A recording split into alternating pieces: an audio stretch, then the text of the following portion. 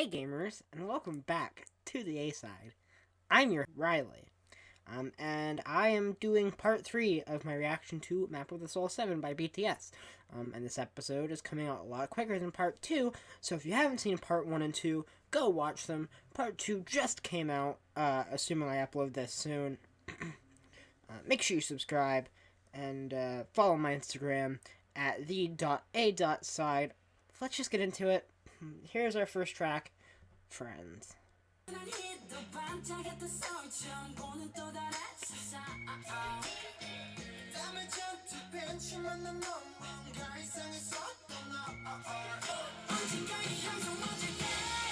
Ooh, good drums. But, we're feeling a little generic again. And this album has a hard time staying interesting. I think if we could cut some of the fat off this album, it'd be amazing. And I'm only a minute into this song, but it hasn't gripped me much. I don't know. Immediately, I'm just tuned out. I don't find what's going on here interesting at all. It sounds like any other pop song I've heard. Which sucks, because part 2 had a lot of really great songs on it. And so far, I'm a minute into Friends, and I'm pretty bored.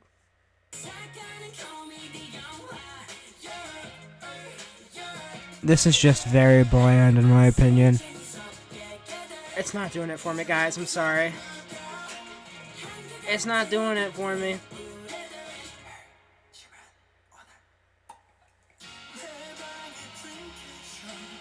I just feel like I've heard something like this a million times before. I'm not really vibing with it. The drums there are nice, though. I can say that much.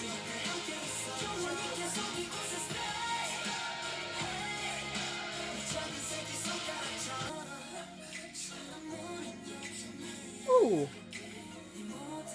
This is a nice little bridge, like a little breakdown here. I like this. Get a little closer to the mic. I had some audio problems last episode.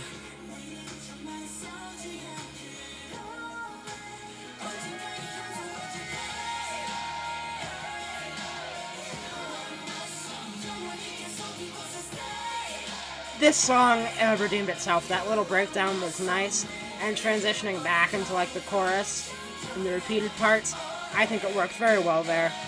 And this song redeemed itself a little bit for me, actually.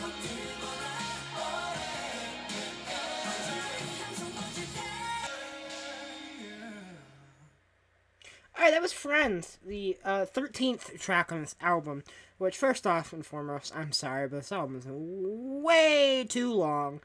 It does need to be 18 tracks. But that song, I'm gonna give the Black GameCube controller a rating scale, of course, as last time.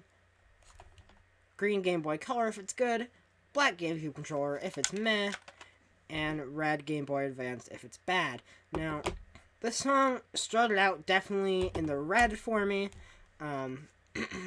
It was boring me most of the time, but then it had that slow breakdown there in like the middle, the bridge, and I really liked that. I thought that worked really well. And then going back into the chorus, I think those two parts worked together, and it made the song a little more interesting and made me enjoy the rest of it. So maybe upon repeated listens, I will like this song more, because I can appreciate it after hearing that part. But the first half of the song kind of dragged and really bored me, and was not a good way to start off this episode. But, open mind, of course, I've enjoyed quite a bit of this album so far, so let's take a listen to the next track, Moon.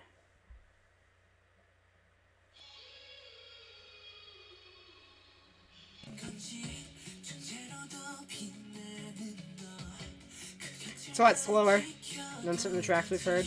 It's only one of those. Oh!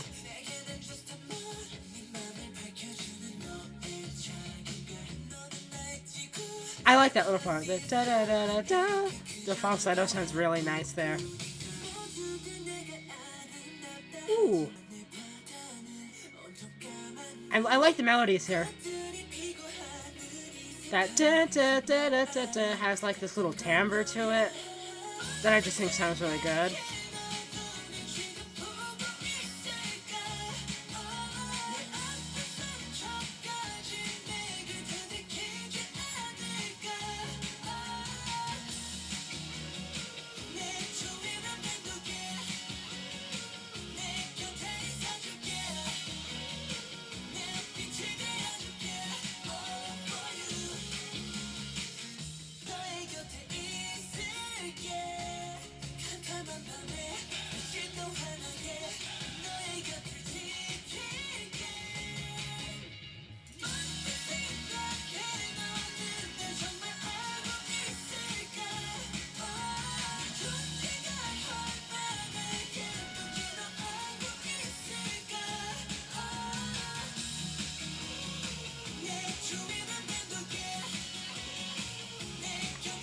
This is good.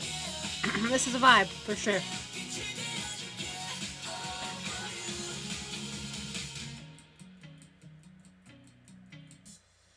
Alright, now that was Moon. I didn't have much to say about that song. I still don't really have much to say about it. I like some of the melodies and stuff, and I just like the overall feel of it, honestly. So while I don't have much to say about it, I'm going to give it the green Game Boy Color, because I enjoyed it. I thought it was good. Even if it didn't give me a lot to talk about or really do too much for me, I enjoyed it. And you can't be overly critical of everything, you know. I'm not going to sit here and shit on a song that I enjoyed just because it didn't give me much to say, you know. And there's some critics who would do that. I'm not that kind of person. If I enjoy something, I'm just going to say I enjoy it. Alright, next song. Respect. Take my name, put some respect up on it. Anyway, here we go. That was very 90s.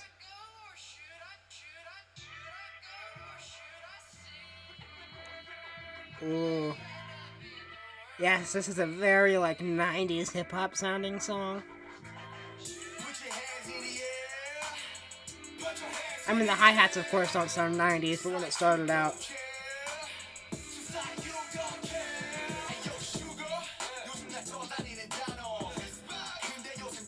So the rappers of this group, I've been told multiple times in the comments that there are multiple rappers, 3 of them I believe. All 3 of them are extremely talented, and these hip-hop tracks like Respect, Ugg, Dionysus, Persona, have been by far my favorite tracks on this album. The hip-hop producers and the 3 rappers, immaculate, honestly. And yes, I read all the comments, even if I don't respond to them, because sometimes there's just a lot to respond to. I do read them.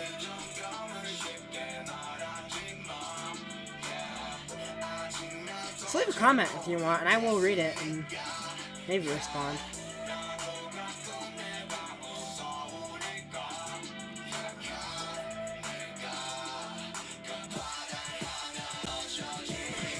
I like that part.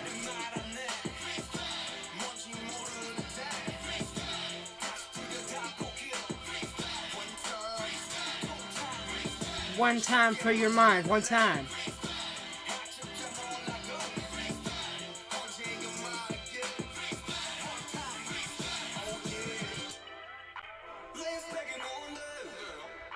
This is cool. I'm enjoying this track quite a bit. And it's been like all the rap songs I've really enjoyed.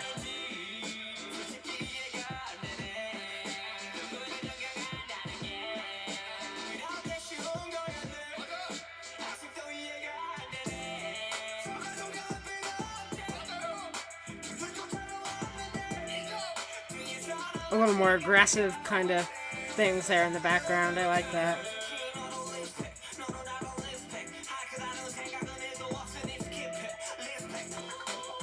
Ooh. Once again, record scratches, very 90s, but I'm not going to complain about it.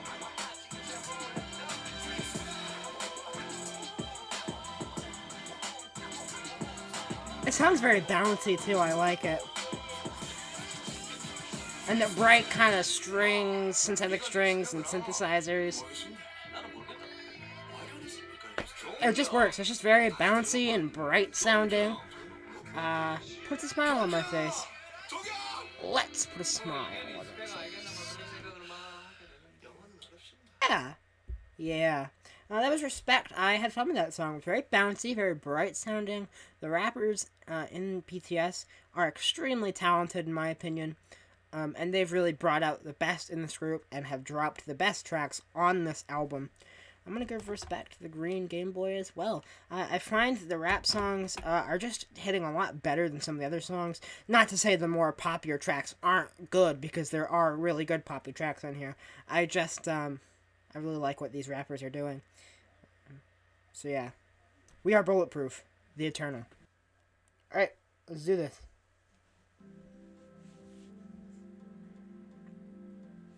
The title of the song and how it's starting out has me worried that it's going to be lame as hell.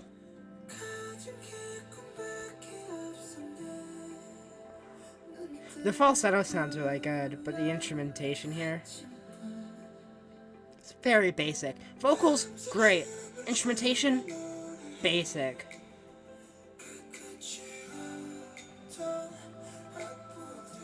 Ooh, a little bit of glockenspiel. It's always nice.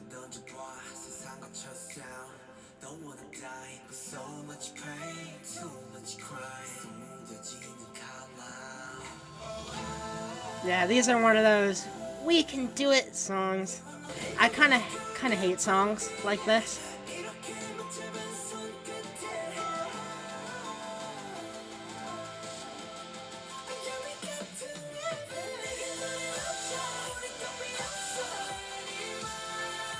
Oh, but this chorus works so well for me. Once again, it has that, like, late 2000s, early 2010s, like, club boom sound to it, with, like, the brant, brant, brant synthesizers, and the big, like, high register song chorus. This reminds me a lot of, like, Kesha, Katy Perry, once again, that era of pop music, which is like the era I was in, like, kindergarten, first grade, early elementary school, so it brings me feelings of nostalgia, and I like that, even if the rest of the song isn't doing too much for me.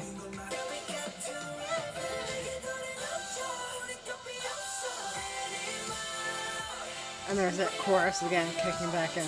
Actually, no, this even almost reminds me of Style a little bit, the chorus of Style. Which is the best Taylor Swift song, don't at me.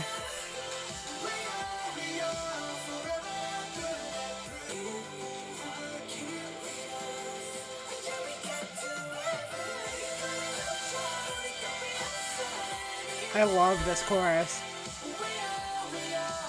It's just so big and grand, but it doesn't feel overblown either, and it doesn't feel like it's trying too hard. Its own musical merits is what makes it big, not a forced sense of grandiosity. If grandiosity is a word, I don't know. Someone will tell me it's not, I'm sure.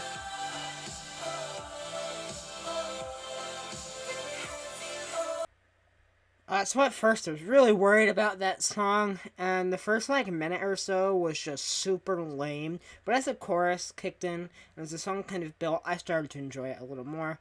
Little weak, but I think I'm going to give it the green, but a very, very light green. It's very close to being the black GameCube controller. Very close.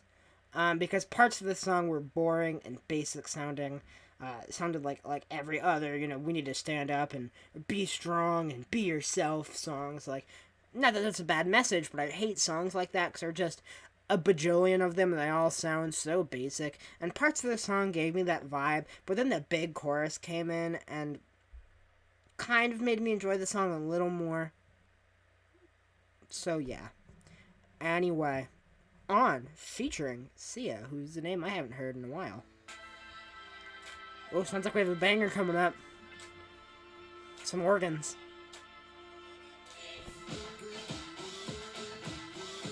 Oh, it's the same track from earlier, it just has Sia on it. And I liked this song earlier, so...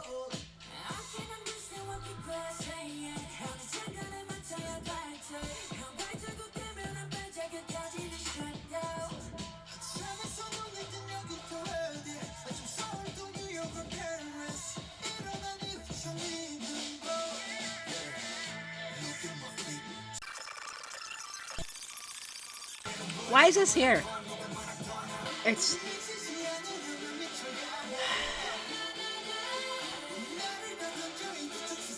I really liked On the first time around. It was one of my favorite tracks from the album so far. But as an album experience, this track feels very unnecessary. And especially it being the penultimate track, makes it seem like it's really just trying to drag out that runtime for revenue. And I'm sure that's not the band's doing, rather the record label's doing. But I'm gonna criticize it because it feels very useless. And just a waste of 4 minutes, honestly. And Sia's feature is so barely even there. She's singing harmonies on the chorus, like, she's barely even in this song. I don't know. The song just feels very useless.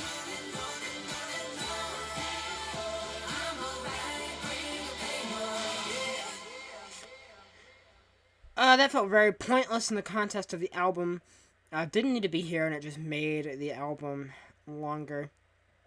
Probably for revenue's sake. Which I'm sure it wasn't BTS's decision.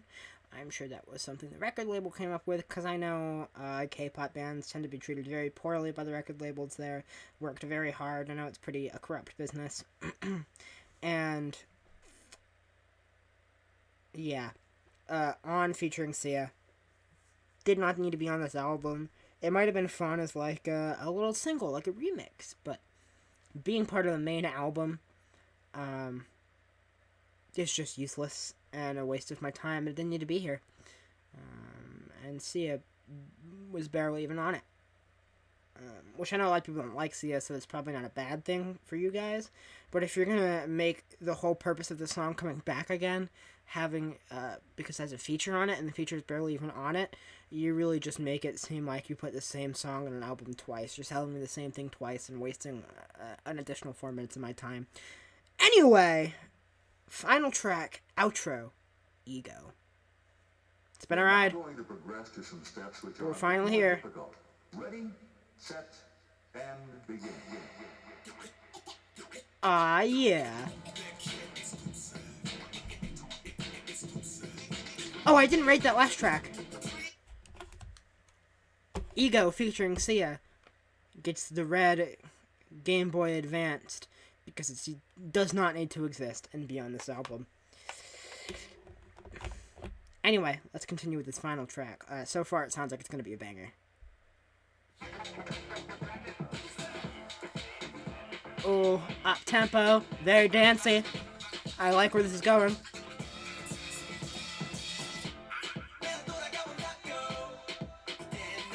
Very danceable beat here.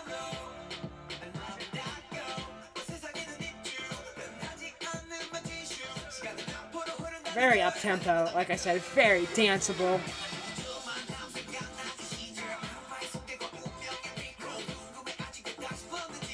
For some reason, I keep getting the strong urge to ad-lib over the raps here.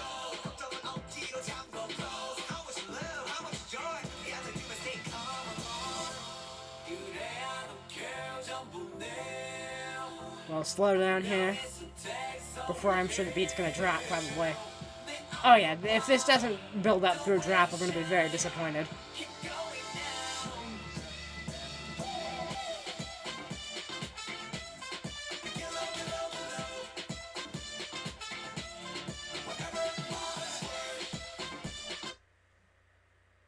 So, yeah, I guess you could say that's kind of a drop, but it sounds... Oh my god. It sounds like something AJR would do, and I'm gonna get crucified for saying that, probably, but I don't care. I did not like that little, like, trumpety thing with, like, effects on it. It sounded like something AJR would do. Not as terrible as something AJR would do, of course, but it sounds like an AJR-ism. And, we all know how I feel about that band. Anyway, let's continue.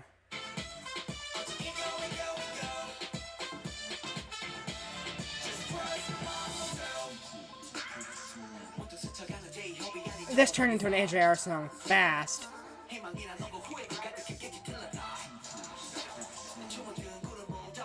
There's pitch shifting and everything. It's not as obnoxious as an AJR song, but it's still kind of obnoxious.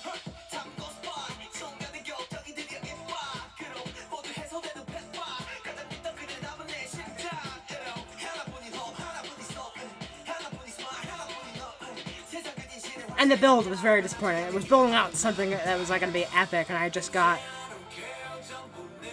an AJR ripoff.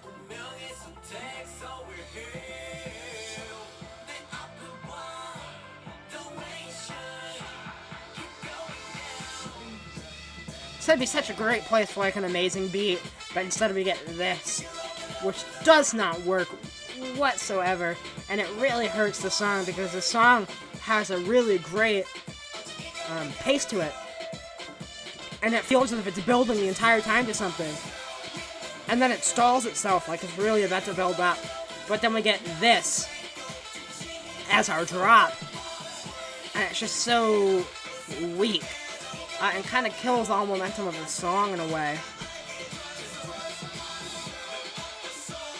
So